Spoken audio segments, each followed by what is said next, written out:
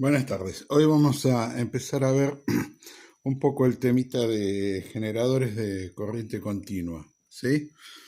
Eh, yo esto lo subí todo en el apunte que ahora en un rato les paso. Bueno, entonces, acá tenemos el esquema de un generador, ¿sí? Eh, entonces, acá lo simbolizamos, vamos a tener una fuerza electromotriz que se genera en el bobinado del generador, ¿sí? Que tiene una polaridad, porque estamos hablando de corriente continua, más o menos, y esta R que tenemos acá es la resistencia interna del bobinado. Bien, si hablamos de un generador electroquímico, bueno, obviamente no hay bobinado ni nada de eso, pero sí va a aparecer una resistencia interna y demás. Bueno, nosotros vamos a tener una I nominal del generador, que es la corriente máxima de trabajo o la corriente permanente que no va a producir daños por temperatura en el generador, ¿sí? En los bobinados del generador. Cuando hay sobrecorriente muy prolongada en el tiempo, entonces lo que va a producir es que la elevación de temperatura daña el aislante que tienen las bobinas, ¿sí? Tiene una especie de barniz aislante, y eso hace que ya no sirva más el bobinado. Eh, Porque al fundirse el aislante entran en cortocircuito las espiras y ya no, el bobinado no sirve más, ¿sí?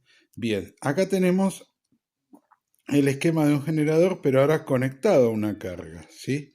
Entonces se va a establecer una corriente. Entonces yo voy a tener la FEM que genera el generador en la bobina, y voy a tener una tensión en bornes del generador. Estos dos serían los bornes donde yo conecto la carga.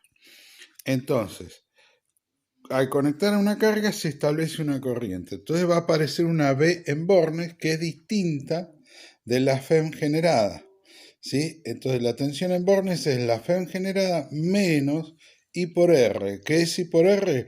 La caída de tensión interna en el generador debido a la corriente que circula por los bobinados del generador, ¿sí? Yo en este circuito, si yo tengo así, yo puedo medir acá, supongamos que estos son los bornes, ¿no? Pero lo tengo abierto el circuito, no conecté nada.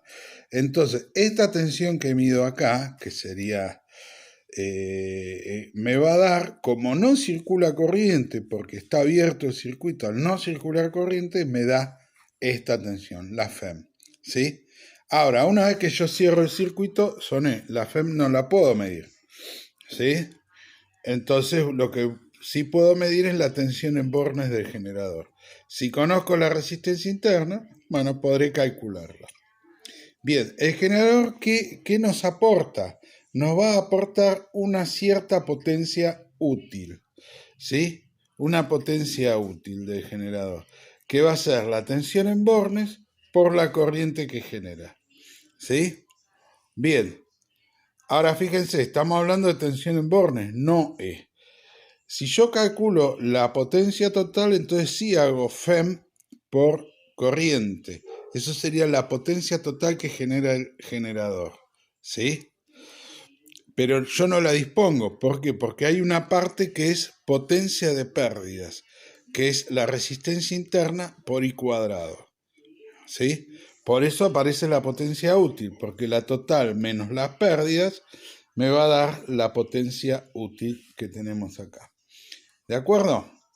Bien. Bueno, esta sería una pequeña introducción teórica.